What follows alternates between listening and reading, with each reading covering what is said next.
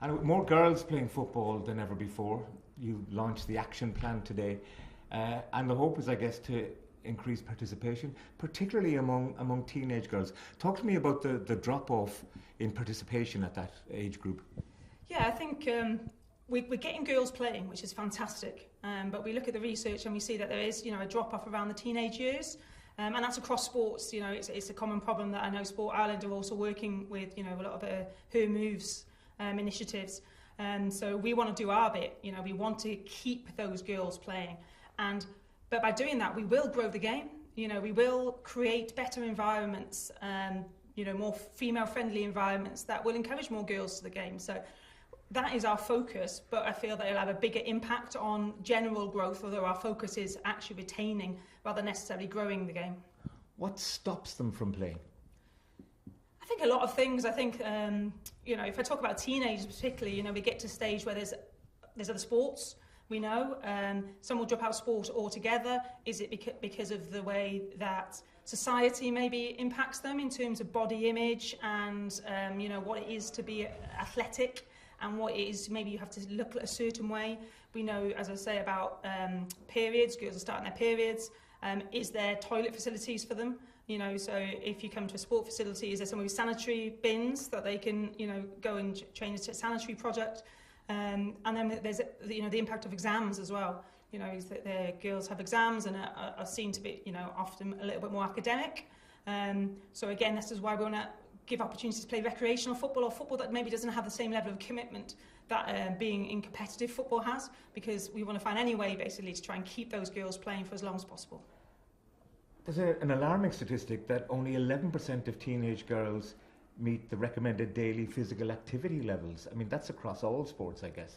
Yeah, that's just a general, and there's a really harrowing sort of statistic around sort of self-esteem. Actually, girls having quite a low self-esteem in Ireland, which obviously we know that girls are more active, have more self-confidence, and they learn skills that actually help them in other aspects of life. I think there was a study in sort of Forbes, one companies, that showed that girls that played sport had learnt skills that brought them into well-paying jobs. So sport is so much more than just about, playing football. It's about, their social developments. It's about them learning different skills, meeting different types of people, commitment to training every week, and there's so many different things that sport brings that we really want to encourage girls to keep playing. Another Shocking statistic, though, is that only 33% of clubs have female toilets in this country. Yes. It's a real problem, and that's again across sport. So that that figure came from the sports facility survey that the FAI did. However, I would anecdotally say that might be a problem across sports, and I think it's something that we need to put top of the agenda. For sort of government to support, and that we all have to drive. We all have a responsibility, because it's there's a gender inequality piece that it is probably having a disproportionate effect on girls than boys. So I think there's a gender equality issue. There's a safeguarding issue, and then, as you say, that we all know, as I say, the positives of physical activity, and we're impacting girls and boys' ability to play that by not having suitable toilet facilities. How do you manage to get women on committees? You've got an aspiration to get a woman on every football committee in every club in the country. Yeah. Well, we need to. There's a few things. So visibility. So we need to have women in those positions. So obviously, the FAI now have that gender balance on a board. So we need to see that there is a pathway, and they also need support. So as I said, we have a fantastic coach education and coach development program.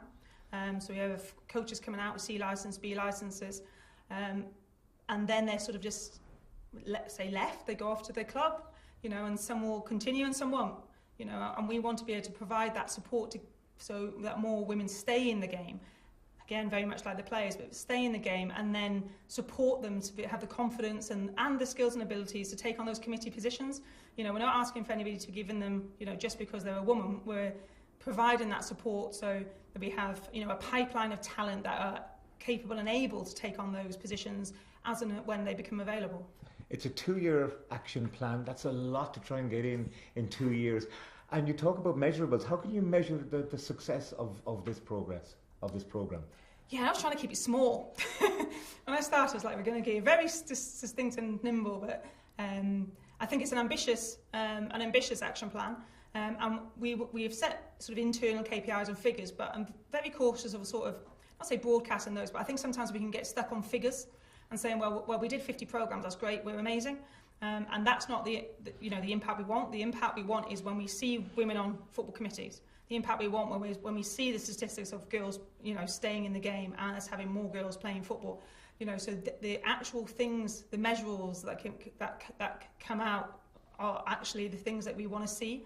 And remember, those girls aren't necessarily going to be playing in leagues. Those girls just might be playing every Tuesday night for an hour. But that is success, because they weren't playing, and now they're doing an hour of physical activity, and now they're meeting friends, and now they're learning different skills. So that is success. So as I say, I think there's a sort of qualitative and a quantitative aspect to that, that the experiences that we want them to have are really positive. Let's look at the elite level, though. I mean, you acknowledge the fact that Ireland making the World Cup finals was a huge boost to participation levels. Ireland's defeat against Slovenia recently, like how much of a drawback is that at the elite level, and how can you get more players to the elite level, because there is a gap between the under-17s, the under-19s and the senior women's team? Yeah, obviously we were I think everybody was disappointed with the result in Slovenia, but then if you go back to the Turkey game, we had over 8,000 fans at a game against Turkey, which again, I think if you go back a few years, that would never have been seen. So regardless of qualification, we all want to qualify, but regardless of qualification, the fans want, the girls want to come and see the girls play. It's fantastic when you see them in the Aviva or in Tala, the amount of girls that want to stay behind and get signatures and shirts. They really have inspired a nation.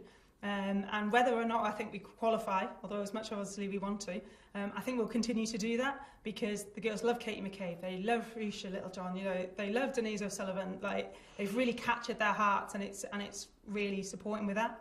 But that gap I'm talking about between the underage and the senior, I mean, there have been talk about plans to, get more people involved, to have the development squads. I mean, how much of that is comes under your sort of bailiwick? Yeah, so again, I would say we're reviewing the pathway, and we recognise there's a gap. I think it's there for everyone to see, and we've started sort of taking those tentative steps with the development squad. But I think what we really want to do is do it right, which is why we have to review what we're doing and review that pathway, because the risk is we jump into something because it's, I say, on trend, and we don't do it right. We have to do things right. So we need to find out, obviously we talk about home-based sessions, we talk about 23s. There's lots of things that have gone on, or, and there's good bits of all of them, and it's how we can bring all those bits together to make sure we're doing the right thing for Irish football, in our context, not, because England are doing it or Wales are doing it, but in Irish context, with our league, with our players, what can we do that's going to be the best thing to support that talent development and to bridge that gap between 19s and seniors. But one of the reasons that the previous programme was disbanded was cost, and all of the issues, all of the things that you outline in your action plan, there's going to be a cost involved. Have you thought about the actual cost of this? Yeah, so again, some of the agendas are very similar to, as I say, Sport Ireland. So we'll have support in things like developing programmes for recreational football, developing coaching on pathways. These are all in the women's sport policy, so we're aligned, and we will provide support for that. In terms of reviewing the pathway, I don't think there is a massive cost. It's just taking the time, I think, to actually review and make sure then we put the finance in the right places, because, obviously we understand the sort of financial restrictions we're under. So every euro we spend well. We need to spend well. We need to get the most out of every euro that we spend.